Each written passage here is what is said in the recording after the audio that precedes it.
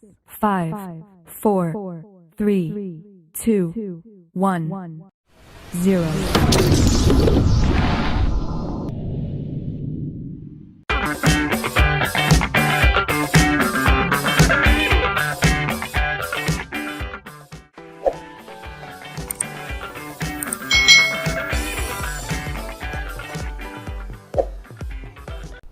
Hai, selamat datang di channel YouTube Kak Citra. Apa kabar adik-adik semuanya?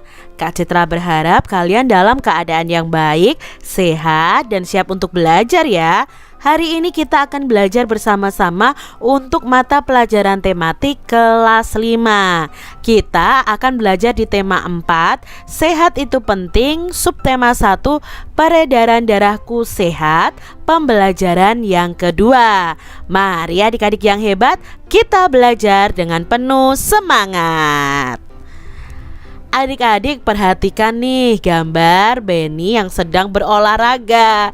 Apakah kalian juga selalu berolahraga untuk menjaga kesehatan kalian? Nah, kalian harus rajin berolahraga ya adik-adik ya, untuk menjaga kesehatan kalian. Siti dan Benny berteman. Keduanya sama-sama kelas 5. Siti duduk di bangku depan, sedangkan Benny duduk di bangku belakang. Kebiasaan berangkat ke sekolah naik ke sepeda, karena mengayuh sepeda merupakan olahraga. Kebiasaan Benny setiap bangun tidur pagi itu menyempatkan diri berolahraga.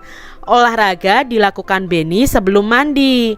Olahraga sangat penting untuk menjaga kesehatan tubuh, terutama kesehatan organ-organ tubuh dan organ peredaran darah. Adik-adik, Benny ini hobi berolahraga. Hari ini Benny dan teman-temannya mengikuti olahraga bela diri pencak silat. Bela diri pencak silat selain untuk berolahraga juga untuk olah seni adik-adik. Gerak-gerak bela diri pencak silat ada yang diiringi musik atau lagu yang bersemangat. Nah, perhatikan nih gambar di samping ini. Ini adalah gerakan bela diri pada pencak silat. Adik-adik, belajar musik atau lagu yang bersemangat itu pastinya teringat tentang tangga nada. Nah, dalam musik mengenal istilah tangga nada. Nah, ada tangga nada mayor dan ada juga tangga nada minor. Ciri lagu bertangga nada mayor itu dinyanyikan dengan penuh semangat. Coba adik-adik kamu suarakan rangkaian nada berikut ini. Do, re, mi, fa, sol, la, si, do.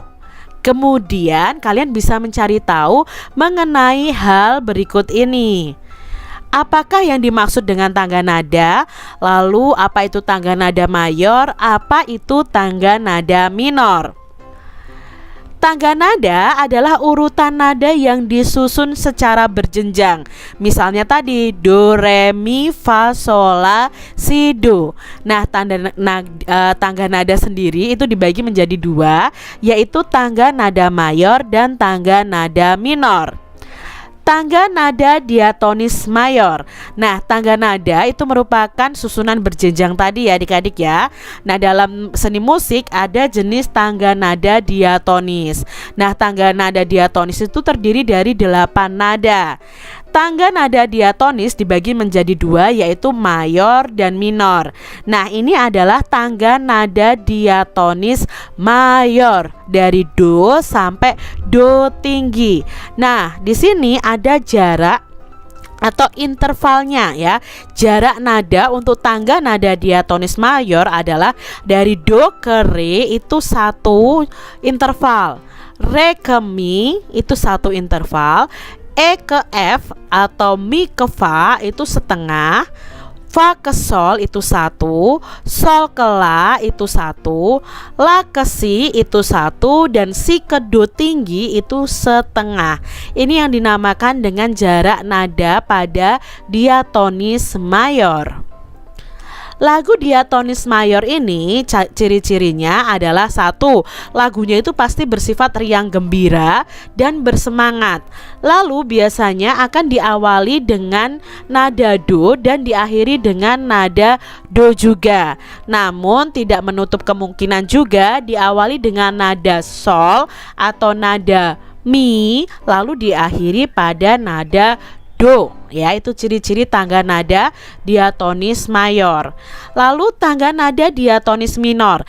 Tangga nada diatonis minor ini intervalnya adalah 1,5 1,5 1,5 1,1.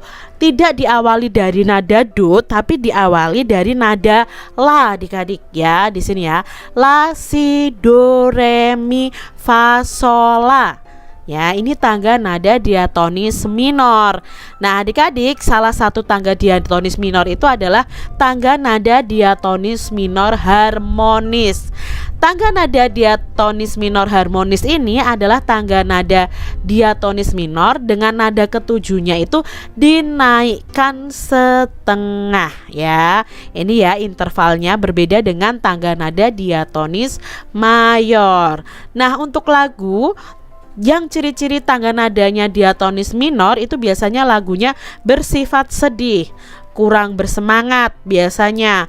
Lalu melodinya itu diawali dan diakhiri dengan nada la atau tidak menutup kemungkinan diawali nada mi dan diakhiri dengan nada la. Jadi itu bedanya antara tangga nada diatonis mayor dan diatonis minor. Nah, adik-adik sudah ya memahami tentang tangga nada mayor dan minor. Nah, sekarang kita akan belajar lagu-lagu apa sih yang bertangga nada mayor dan minor. Ini adalah contoh lagu-lagu yang bertangga nada mayor dan bertangga nada minor. Bertangga nada mayor misalnya Bangun Pemudi-Pemuda, Berkibarlah Benderaku, itu ya. Dari Sabang sampai Merauke, Hari Merdeka, lalu Gundul-Gundul Paco, Kampuanan Jauh di Mato, dan sebagainya. Lalu yang bertangga nada minor itu yang sedih ya adik-adik ya. Mengheningkan Cipta, Tanah Airku. Ini kan lagu-lagu yang tidak terlalu bersemangat. Lalu Bagimu Negeri, Ibu Pertiwi, Indonesia Pusaka, Bui Bulan, dan lain sebagainya. Adik-adik, ternyata Benny ini mendapatkan pelajaran olahraga hari ini. Olahraganya adalah bela diri. Nah, Benny senang berolahraga bela diri. Olahraga bela diri yang dilakukan Benny dan teman-temannya adalah pencak silat. Nah, Benny melakukan gerakan pencak silat dengan aba-aba dari Pak Guru. Selain dengan aba-aba, gerakannya juga bisa diiringi dengan musik. Tanda bel istirahat pun berbunyi. Benny merasa gembira hari ini. Rasa gembiranya diungkapkan melalui sebuah pantun. Nah, pantun yang dibuat Benny adalah sebagai berikut. Nah, ini pantun yang dibuat Benny. Bersinar terik sang matahari, bagai api panas membara. Rajin berolahraga bela diri, badan kuat, hati gembira. Nah, ini pantun yang dibuat oleh Benny. Adik-adik, ingatkah kamu pantun yang dibuat oleh Siti? Kamu tentu masih ingat ya. Pantun itu merupakan bentuk puisi bahasa Indonesia. Nah, adik-adik kalian harus ketahui ciri-ciri pantun. Yang pertama, tiap baitnya itu terdiri atas 4 baris dan sajaknya adalah A, B, A, B. Lalu dalam setiap baris itu biasanya terdiri dari 8 sampai 12 suku kata. Baris pertama dan kedua disebut sampiran. Nah, sampiran ini untuk mengantarkan rimanya. Sedangkan baris ketiga dan keempat disebut isi. Isi merupakan tujuan atau maksud dari pantun tersebut. Itu ciri-ciri pantun ya adik-adik. Lalu pantun ini ciri-cirinya tadi bisa langsung kita membuatnya dalam bentuk pantun ya. Kalian sudah tahu ciri-cirinya dan sudah Kak Citra jelaskan pada pembelajaran sebelumnya. Nah, adik-adik harus ingat bahwa pantun itu terdiri dari 2 bagian, sampiran dan isi ya. Kita lihat di sini pantun yang dibuat oleh Benny tadi. Bersinar terik sang matahari, bagai api panas membara. Baris pertama dan kedua ini disebut dengan sampiran. Rajin berolahraga bela diri, badan kuat, hati gembira. Baris ketiga dan keempat disebut dengan isi. Adik-adik, pantun itu dapat digolongkan menjadi 3 ya, sesuai dengan siklus kehidupan atau usia manusia. Jadi penggolongan pantun yang pertama ada pantun kanak-kanak, ini berisi tentang sukacita karena masih anak-anak ya. Lalu pantun tua itu berisi tentang nasihat. Lalu ada pantun muda itu berisi tentang perkembangan. Nah, ini adalah penggolongan pantun dari kanak-kanak, pantun muda, lalu ada pantun tua. Contoh pantun kanak-kanak nih adik-adik yang isinya tentang sukacita ya. Terbang rendah burung kutilang, hinggap di dahan sambil menoleh. Hatiku senang tidak kepalang, ayah pulang membawa oleh-oleh. Ini contoh pantun kanak-kanak. Lalu ada contoh pantun muda. Nah, pantun muda tadi berisi tentang perkembangan. Hujan turun rintik-rintik, ada gubuk di tepi sawah. Wahai Dinda berwajah cantik, bolehkah Kanda main ke rumah? Nah, ini ya biasanya kalau pantun muda itu berhubungan dengan anak muda. Mungkin ada yang jatuh cinta dan lain, saling mengagumi satu dengan yang lain. Itu biasanya contoh pantun muda. Sedangkan untuk contoh pantun tua itu biasanya berisi tentang nasihat. Nah, enak benar tinggal di Batu Jajar, segar udaranya indah dan permai. Anak sekolah rajinlah belajar agar cita-citanya kelak tercapai. Nah, ini ya contoh pantun tua. Nah, adik-adik, kamu telah memahami nih beberapa contoh pantun berdasarkan siklus kehidupan, mulai dari pantun kanak-kanak, pantun muda, dan pantun tua. Coba adik-adik buat ya pantun dengan 3 golongan ini, pantun kanak-kanak, pantun muda, dan pantun tua. Lalu kalian bisa bacakan di depan teman-teman kalian atau di depan guru-guru kalian. Nah, pantun ini bisa dikatakan sebagai seni merangkai kata. Kejadian sehari-hari itu dapat diungkapkan dengan pantun adik-adik.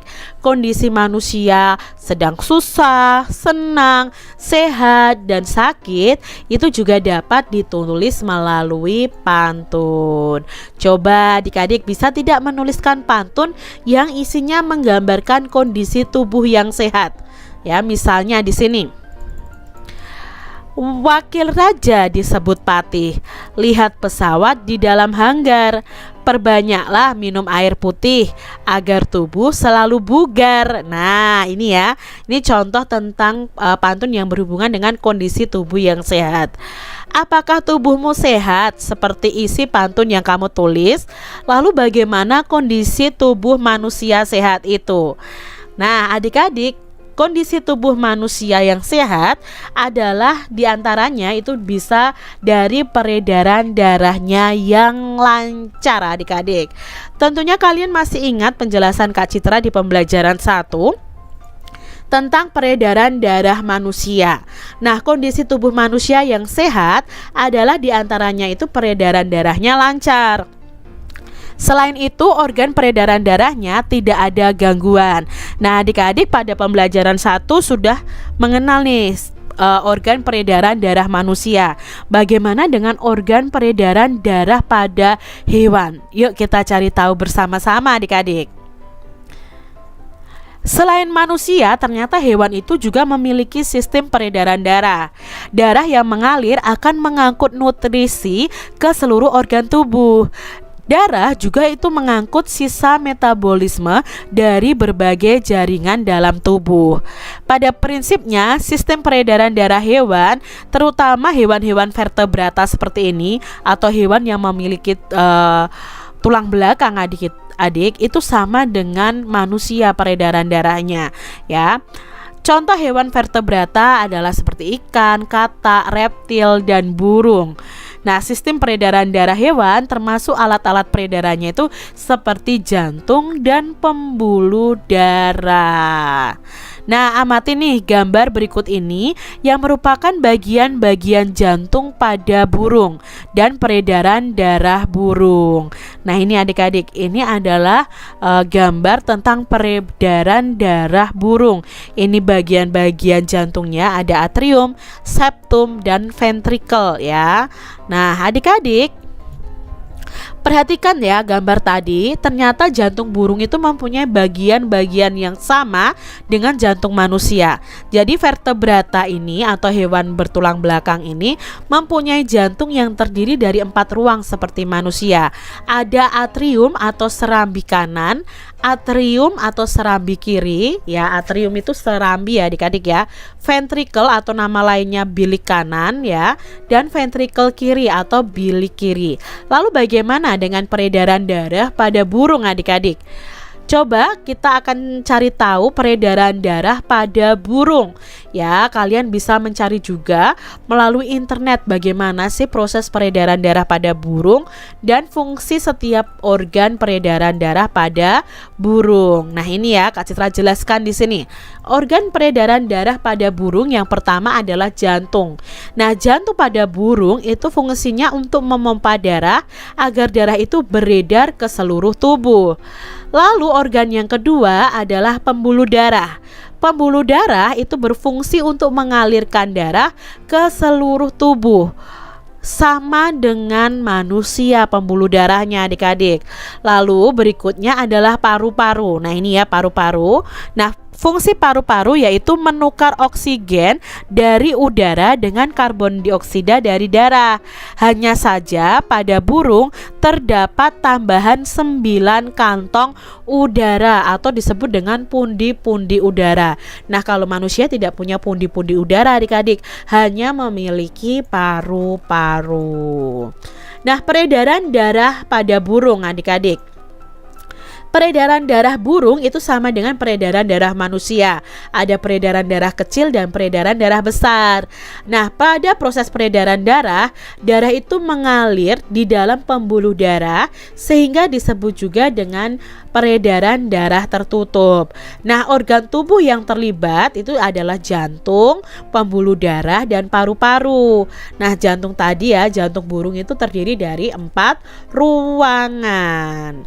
Lalu kita di sini belajar tentang peredaran darah kecil pada burung. Pada peredaran darah kecil, darah yang miskin oksigen dan kaya akan karbon dioksida di bilik kanan akan dipompa menuju ke paru-paru ya, menuju ke paru-paru sini. Lalu di dalam paru-paru karbon dioksida akan dilepas dan oksigennya akan diikat. Kemudian darah dari paru-paru ini yang kaya oksigen karena sudah berganti akan kembali ke jantung melalui serambi kiri. Lalu peredaran darah besar pada burung. Nah, pada peredaran darah besar, darah yang kaya oksigen di dalam bilik kiri akan dipompa jantung ke seluruh tubuh atau ke bagian semua tubuh kita adik-adik melalui aorta. Nah, di sel-sel tubuh oksigen akan dibebaskan dan karbon dioksida akan diikat. Lalu darah yang kaya karbon dioksida akan mengalir menuju pembuluh vena, menuju serambi kanan dan masuk ke bilik kanan. Itu sistem peredaran darah kecil dan besar pada hewan burung adik-adik. Jadi secara umum sistem peredaran pada hewan itu dibagi menjadi 2 bagian. Ada peredaran darah terbuka dan ada peredaran darah tertutup. Apa itu peredaran darah terbuka? Nah, peredaran darah terbuka pada sistem ini, tekanan darah yang dihasilkan dari kontraksi jantung itu cukup rendah. Oleh karena itu, sari makanan yang terdorong akan mengalir lebih lambat. Contoh peredaran darah terbuka itu pada cacing dan serangga seperti pada belalang, ya. Lalu ada tertutupnya. Nah, peredaran darah tertutup. Sistem peredaran darah tertutup itu jantung akan memompa darah secara terus-menerus sehingga tekanan yang didapatkan tetap stabil. Hal ini akan mendorong darah keluar dengan lebih kuat dari pembuluh darah dan memasuki organ jantung dengan kecepatan yang baik. Nah, dalam sistem peredaran darah tertutup ini, darah akan mengalir mulai dari jantung menuju ke wilayah pembuluh kapiler dan kembali lagi ke organ jantung. Nah, sistem peredaran darah tertutup itu memiliki sejumlah kelebihan dibandingkan sistem terbuka. Nah, kelebihan sistem peredaran darah terbuka antara lain adalah darahnya itu mengalir lebih stabil sehingga tekanan dalam pembuluh darah hewan juga ikut stabil. Hewan yang memiliki sistem peredaran darah tertutup adalah hewan vertebrata ya, contohnya ada katak, ikan, reptil dan burung. Demikian tadi adik-adik pembahasan kita di tema 4 subtema 1 pembelajaran yang kedua. Semoga video pembelajaran ini bermanfaat ya untuk adik-adik semuanya, dan sampai jumpa lagi di video pembelajaran Kak Citra selanjutnya. Tuhan memberkati. Jangan lupa tekan tombol subscribe, lalu tekan loncengnya, tekan juga tombol like, lalu share ke media sosial kalian. Jangan lupa untuk ikuti media sosial Kak Citra. Terima kasih.